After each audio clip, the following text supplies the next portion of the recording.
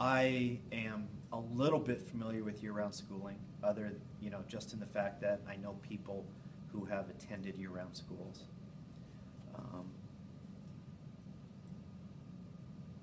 Though there are advantages in that hopefully kids would retain more from year to year if they're going to school more of the time. Disadvantages are a lot of people have to work. Students and teachers have to work during the summer. So if they never get a 3-month period to work, when do they earn that extra money? Because I know almost every teacher I know at some point in their teaching career has had to get summer job. And students have to get summer jobs. And if they don't have summer, when are they going to do that? So that's one issue with it. Another issue is going to be utilities costs, especially here in Arizona. When running the air conditioner through June, July, the first part of August would be very expensive. Where are we going to offset that? We don't spend nearly as much money on utilities in December as we do in July. So there are lots of good reasons for it. And if you want, since we're going to compare ourselves to the rest of the world educationally, the rest of the world goes to school for a lot longer than we do. We're going to school on a 19th century agrarian calendar so that kids could go pick crops over the summer. Well, not many students are doing that these days. So if you're going to compare us to students in Japan, you're going to compare our students to the Europeans and the Asians, it's only fair that students go to school the same number of days, and we're not even close to 180 days versus well over 200 for most of the rest of the world. But that's going to take money. And right now, there's no indication that people are willing to spend the money to do that.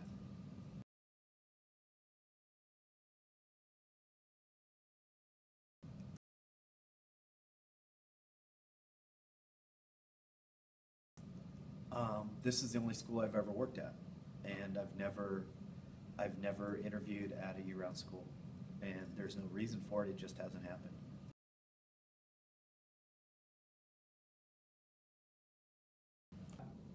I would work at a year-round school if it was any place but Phoenix, because I think Phoenix is too hot during the summer, and I think that I wouldn't want to be in that situation. I have family members who have worked in 4515, and they loved it. I think it's a great idea, but I think that the summertime here in Phoenix would be difficult to do 4515. I know that there's some of the schools have a block of time during the summer, like 6 weeks, that there is no school, and then they start up again at 4515. I think that it's possible. I would like to see what it would look like first. Okay. But 4515 allows people to retain more of their what they've learned in the classroom.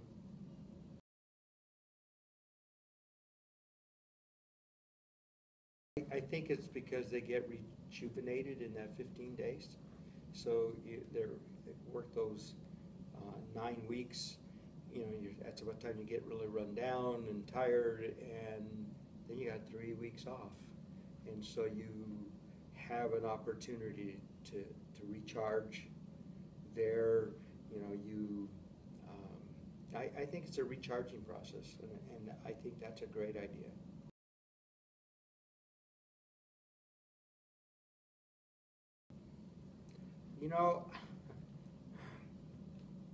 That's a good question. I can easily be replaced. Not necessarily by a good teacher, but I think, in my subject area, there are lots of people who want social study teachers. There are social studies majors. But, I think that if a district doesn't want to pay for that experience that I have, they can replace me real easy. Because there are lots of people looking for jobs in government or history. But You know, so yeah, I think I'm replaceable. Um, I'm not sure it'd be a great idea.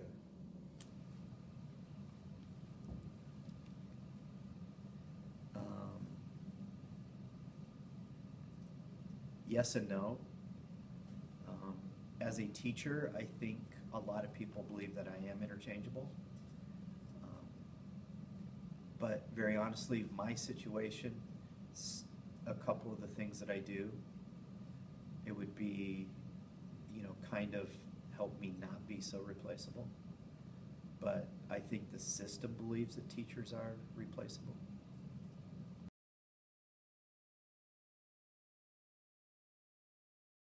Okay.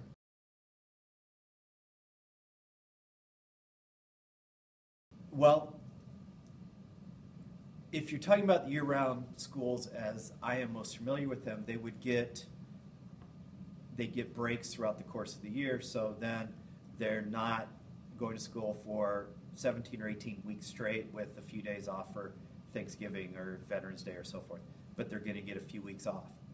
And so maybe that allows them to stay fresher for longer periods of time because they do get the breaks throughout the course of the year rather than just 2 weeks off at Christmas and a few days off at Thanksgiving and 1 week off in the spring.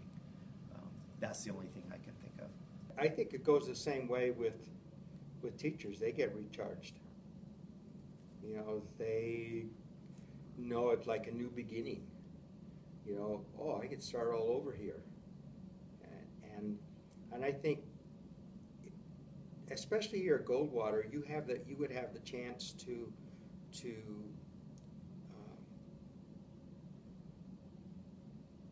what's the word? You know, you get started brand new, and you can achieve some kind of competency when you're here for a whole semester. And sometimes you get to a point where you think, God, I can't improve. I'm stuck. I'm so far behind. I can never get up. I can never pick up my score. I think that's true in many cases.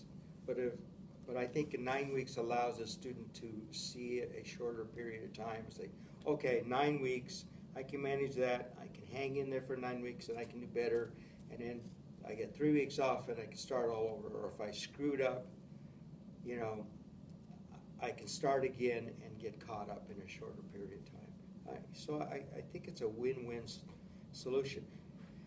There has to be a change in attitude by teachers and by students. I mean, you have to get away from the idea that it's strictly about percentages. I mean, it's not here about percentages here at Goldwater, yet everybody still thinks it is. You know, students ask me, well, why did I get a C?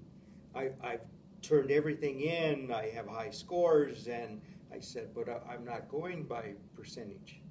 I'm going by whether or not you've accomplished the task and how well you accomplished it.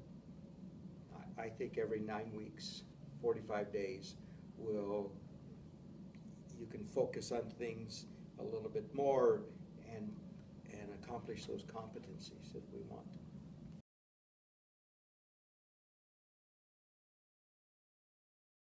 Absolutely.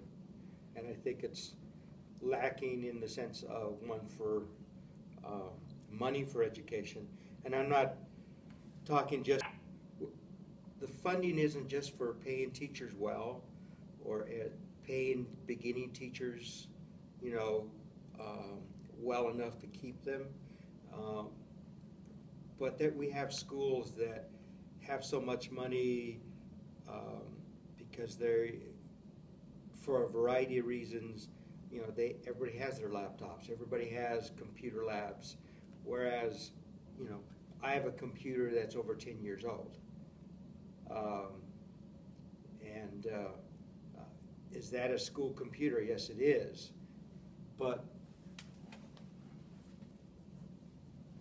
teachers have these.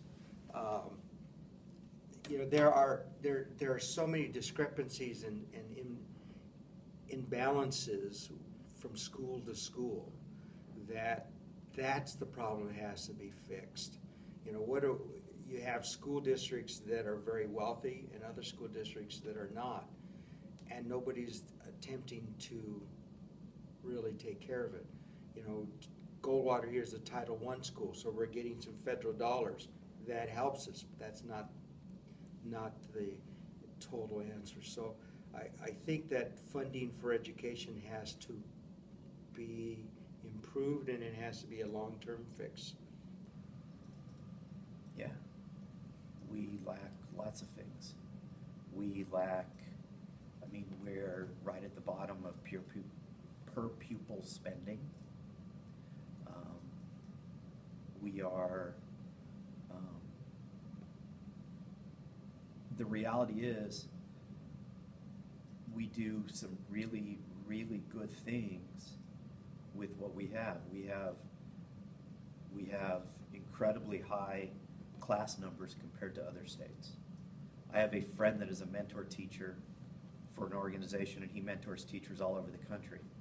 In the rest of the country, these teachers, they average about 24, 25 kids in a class. Well, we're way above that in our high school classes. And so, yeah, I mean, that comes down to how many teachers we have. Other states will have more teachers than we do, which means they can have fewer students in their classes than we do.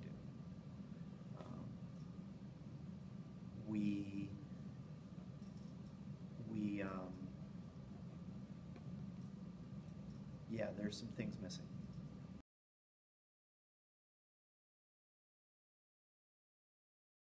My sister's family has been in year-round schools up in Colorado, and they have, like, she had kids in elementary school, middle school, and high school, and they were on different schedules. And so they couldn't even take family vacations during the breaks because there was always at least one kid in school. And that seems kind of ridiculous, considering that they're in the same district and the schools aren't on the same schedule. I know coaches have a difficult time because you may have half your team on break in the middle of the season. And so that's an issue for sports teams. If the football team, if most of the football players don't go to school until the middle of September, but they start practice at the beginning of August, it's harder to get kids there, especially freshmen and sophomores that don't have rights to school. Those are just a few of the things that I know of with that schools have to deal with. Another example would be AP and IB testing. If those kids are on break in May, that's when testing is. So then that pretty much eliminates their break. Also, if they start school later, then they have less time to get prepared for those exams through the school year. And that's another issue. So there's lots of different issues that come into play here, and what's going to be good for one group of people may not necessarily be good for the other group of people. And our public schools have to serve the most people that they can in the best way.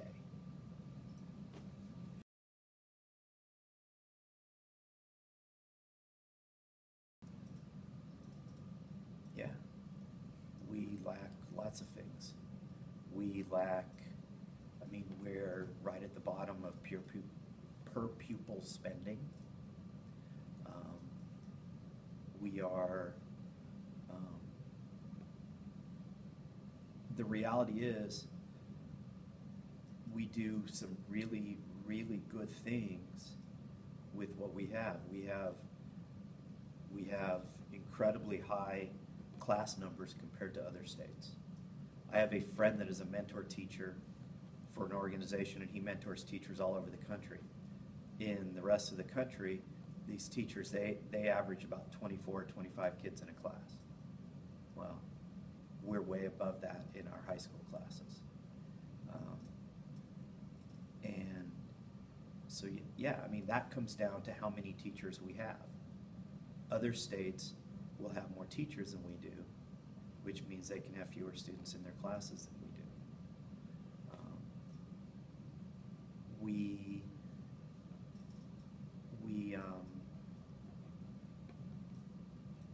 yeah, there's some things missing.